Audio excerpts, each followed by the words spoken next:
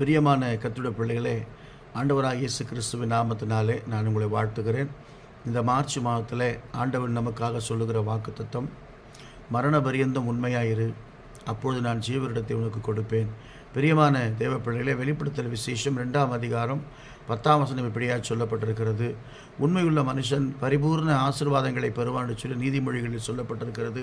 அது மாத்திரமல்ல, ஆண்டவராகிய இயேசு கிறிஸ்து சொல்லுகிறார், கொஞ்சத்திலே உண்மையுள்ளவனை நான் அநேகத்திற்கு அதிகாரியாக வைப்பேன் என்று சொல்லி.